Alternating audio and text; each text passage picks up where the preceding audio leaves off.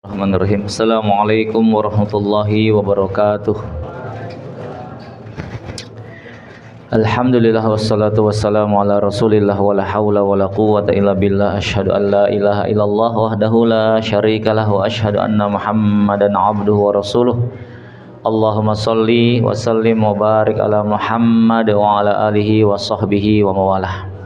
Rabbi syrah li sadri wa yassir li amri wahlul 'uqdatam min lisani yafqahu qawli.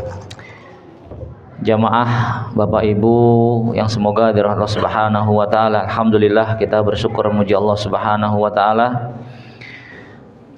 Masuk ke malam 28 ya, Masya Allah. Berasa nggak nih? Nggak berasa ya. Bagi yang kos-kosan berasa banget ya. Bentar lagi mau bayar masalahnya. Baik jamaah yang semoga dirahmati Allah Subhanahu wa taala. Salah satu target, salah satu tujuan dari kemudian Allah Subhanahu wa taala menghadirkan Ramadan pada kehidupan kita bukan hanya sekedar ia merupakan siklus tahunan, namun ayat yang kita sudah sama-sama hafal terkait dengan diwajibkannya kita siam Ramadan berujung dengan kalimat la'allakum tattaqun, sebuah derajat yang ini menghantarkan seorang hamba pada jannah Allah tanpa melalui proses neraka. Perbedaan antara seorang muttaqin dengan seorang mukmin, setiap muttaqin pasti dia menjadi seorang mukmin. Cuman setiap mukmin belum tentu dia mendapat status sebagai seorang muttaqin. Ayat-ayat yang berbicara tentang orang-orang mukmin selalu kemudian Allah memberikan arahan agar menyelamatkan dirinya dari neraka, agar kemudian menjaga diri dan keluarganya dari neraka. Ayat yang berbicara tentang mukmin Allah kemudian memberikan arahan, memberikan agar kemudian mereka melakukan hal-hal supaya kemudian bisa menyelamatkan dari neraka. Artinya seorang mukmin belum tentu kemudian dia selamat dari neraka. Kepastian seorang mukmin bahwasanya dia masuk surga itu sudah pasti. Akan tetapi yang jadi masalah apakah kemudian masuk surganya lancar atau tersendat dulu ke dalam neraka. Beda dengan muttaqin, setiap ayat-ayat yang berbicara tentang orang-orang muttaqin maka selalu Allah mengiringi dengan ayat-ayat yang berbicara tentang kenikmatan surga. Innalil muttaqina mafaza. Orang-orang muttaqin, ayat-ayat bicara tentang muttaqin selalu kalimat berikutnya adalah berbicara tentang jannahnya Allah Subhanahu wa taala. Bapak Ibu jamaah yang semoga Allah Subhanahu wa taala, pembelajaran berharga dari Ramadan yang kemudian Allah hadirkan pada kehidupan kita. Ramadan bukan menjadi ajang lomba bagi kita untuk banyak-banyakan amal, enggak. Ramadan bukan menjadi ajang bagi kita untuk kemudian banyak-banyakan khatam, enggak. Ramadan bukan ajang bagi kita untuk berapa banyak kita bersedekah, bukan. Ramadan bukan menjadi ajang bagi kita untuk berapa sering kita dengerin ceramah tarawih, enggak. Namun Ramadan menghantarkan kepada kita bagaimana kemudian goalnya kita di Ramadan ini, sebagaimana kemudian Rasulullah SAW aminkan dalam doa malaikat, liman adrakar Ramadan walam yughfarlah. Mereka yang kemudian berjumpa dengan Ramadan hingga Ramadan kelar namun kemudian tidak mendapatkan ampunan dari Allah Subhanahu wa taala. Inilah titik goal kita ketika kemudian menyelesaikan Ramadan. Hadirin jamaah Bapak Ibu yang semoga Allah Subhanahu wa taala, ampunan Allah Subhanahu wa taala ini menjadi titik awal, syarat mutlak kalau kemudian kita pengen dimasukkan Allah ke dalam jannahnya Allah Subhanahu wa taala. Karena meniscayakan ada seorang hamba dia masuk ke surganya Allah Subhanahu wa taala padahal dia enggak punya amal. Mungkin enggak? Ada enggak hamba Allah dia masuk surga padahal enggak punya amal solih? Mungkin enggak? Sangat memungkinkan sekali. Tapi belakangan masuknya udah gosong-gosong gitu ya. Enggak punya amal solih ya. Akan tetapi dia masih membawa hati yang beriman ini. Maka syarat mutlak seorang hamba itu masuk surganya Allah bukan lantaran dia punya amal atau enggak, tapi syarat mutlaknya diampuni terlebih dahulu oleh Allah Subhanahu wa taala. Maka goal kita untuk kemudian melalui Ramadan ini, seberapa seriusnya kita kemudian memohon ampunan dari Allah Subhanahu wa taala. Karena berapa banyak di antara kita yang kemudian merasa jumawa lantaran kemudian kita dimudahkan oleh Allah untuk itikaf 10 hari. Memandang mereka yang kemudian masih bergelut dengan dunia, gak hadir di masjid di malam hari dengan pandangan sinis. Naudzubillah summa naudzubillah. Kemudian nganggap ente cinta dunia. Hati-hati, rasa ujub ini akan kemudian menjadi penghalang bagi kita untuk mendapatkan ampunan dari Allah Subhanahu wa taala. Maka kita katakan Ramadan itu bukan ajang kita berlomba untuk banyak-banyakan baca Quran, bukan. Boleh jadi ada orang kemudian selama Ramadan khatam 5 kali, tapi siapa yang kemudian memberikan jaminan bahwasanya dia diampuni dosa-dosanya oleh Allah Subhanahu wa taala? Sebaliknya boleh jadi ada yang mungkin khatam hanya sekali, atau bahkan Masya Allah ya, saya dapat potongan video itu seorang ustadz yang dia ngisi daerah Masjid Pelabuhan.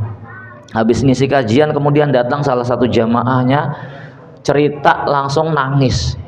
Pak Ustadz, saya nggak puasa. Langsung ngadu begitu.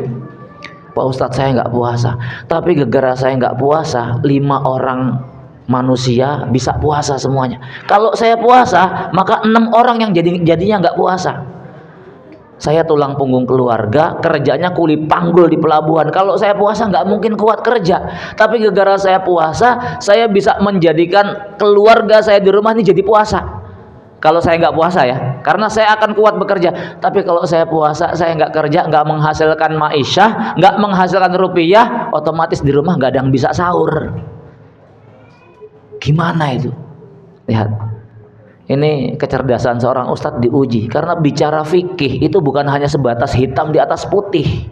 Ya, siapa yang bisa ngasih solusi orang macam kayak gini? Apakah kemudian kita mungkin dosa ente nggak puasa Ramadan wajib?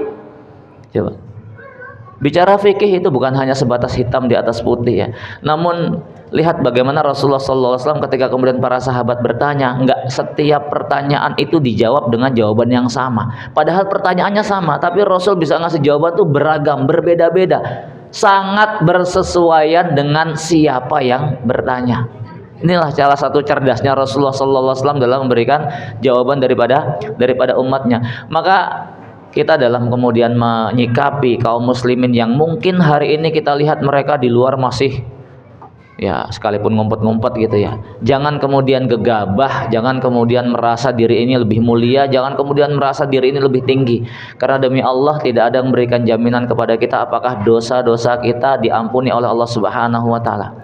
Maka doa yang diajarkan Rasulullah sallallahu alaihi wasallam, di mana hadis Ibunda Aisyah, beliau bertanya kepada Rasul terkait Lailatul Qadar, apa yang kemudian harus beliau ucapkan kalau kemudian bertemu dengan Lailatul Qadar. Doa yang kita sudah sama-sama hafal, cuman terkadang kita kurang mentadabburinya. Allahumma innaka afuwun tuhibbul afwa fa'fu anni. Secara terjemahan kita sudah sama-sama hafal, ya Allah ampunilah, ya maafkanlah aku ya, karena engkau mencintai sifat maaf. Ya, Allahumma inna, ya Allah engkau adalah zat yang maha pemaaf, mencintai sifat maaf, maka maafkanlah kesalahan-kesalahanku. Ya. Allah punya sifat atau kemudian ya Allah punya sifat Ghafar, ya, zat yang maha pengampun. Namun sisi lain Allah juga kemudian Afun, zat yang maha pemaaf. Kenapa kemudian doa spesial yang Rasulullah SAW berikan kepada Ibunda Aisyah itu memohon pemaafan dari Allah, bukan ampunan, bukan Ghafur gitu ya. Jamaah yang semoga Allah Subhanahu wa taala pengampunan meniscayakan dosanya diampuni, namun belum tentu catatan dosanya terhapuskan. Berbeda dengan afuun, bukan hanya sekedar dimaafkan dan diampuni, namun catatan dosanya itu terhapus, gampangnya diputihkan. Antum punya BPKB nunggak ya, STNK nunggak 5 tahun nggak bayar-bayar, itu kan nunggu pemutihan biasanya. Kalau sudah diputihkan clear itu ya, diputihkan itu ya sudah, catatannya hilang. Nah, afun itu macam kayak begitu. Maka secara status derajat afun itu lebih tinggi, sehingga dalam hadis ini Rasul kemudian mengajarkan dengan kalimat Allahumma innaka afuwun. Ya Allah, Engkau zat yang maha pemaaf.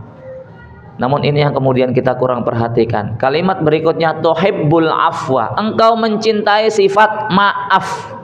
Maknanya apa? Ketika kemudian kita berharap Allah memaafkan kesalahan-kesalahan kita, mengampuni dosa-dosa kita, seolah dalam doa tersebut mengisyaratkan kalau kemudian kamu mau dimaafkan dosa-dosa kamu, syarat pertamanya kamu juga harus memaafkan kesalahan orang lain pada kamu.